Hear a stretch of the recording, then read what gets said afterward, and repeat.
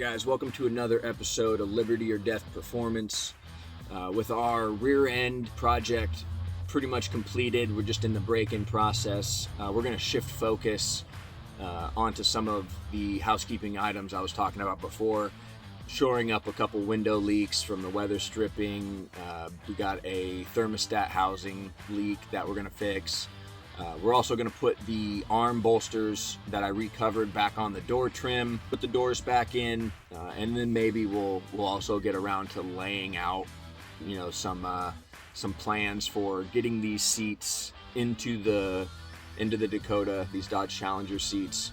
I'd like to fit them onto the Dakota seat rails, so that way I can kind of just bolt the seat rails back in and have the seats function. We're going to get some new covers for them. These ones are kind of gross. We're going to get started on that and see where we end up.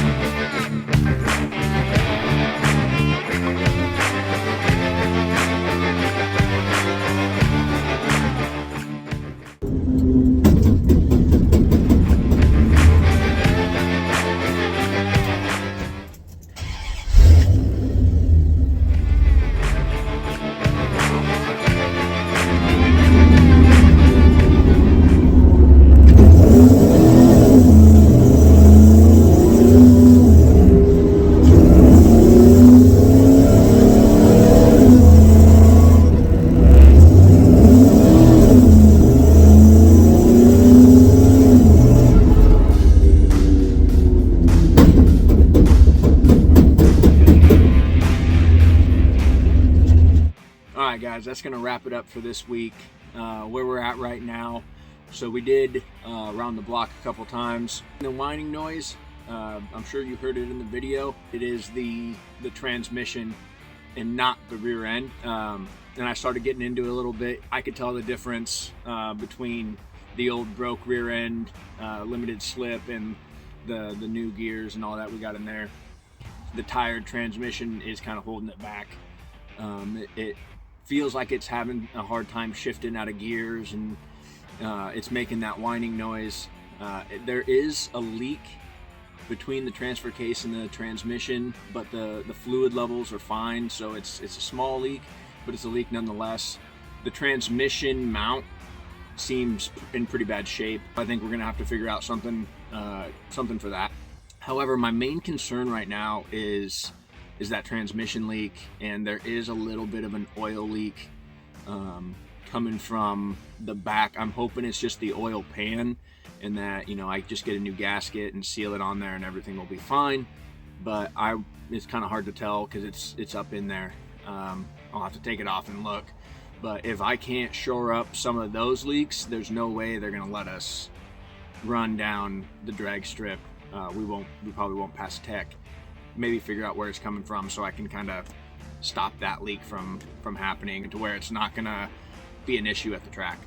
Lastly, I've also been giving a little bit of thought to the name of the project. Originally, when I came up with the idea of Project Tyrants Terror, I wanted to go with the, you know, the Liberty or Death and Don't Tread on Me theme. However, I want to shift more towards a new name, and I think what we're going to do is simply call the truck the Gadsden, after the Gadsden flag, which, you know, the Don't Tread on Me flag was created by Christopher Gadsden during the Revolutionary War. You know, a lot of people just call it the Don't Tread on Me flag, but it's actually the Gadsden flag. So I think we're going to call the truck the Gadsden or the Gadsden Dakota. So we're going to go with those names. We're going to kind of shift away from Tyrants Terror, and we're going to call it the Gadsden. So that is the Gadsden Dakota. That's all I got for this week. So, you know, as always, live free and drive fast.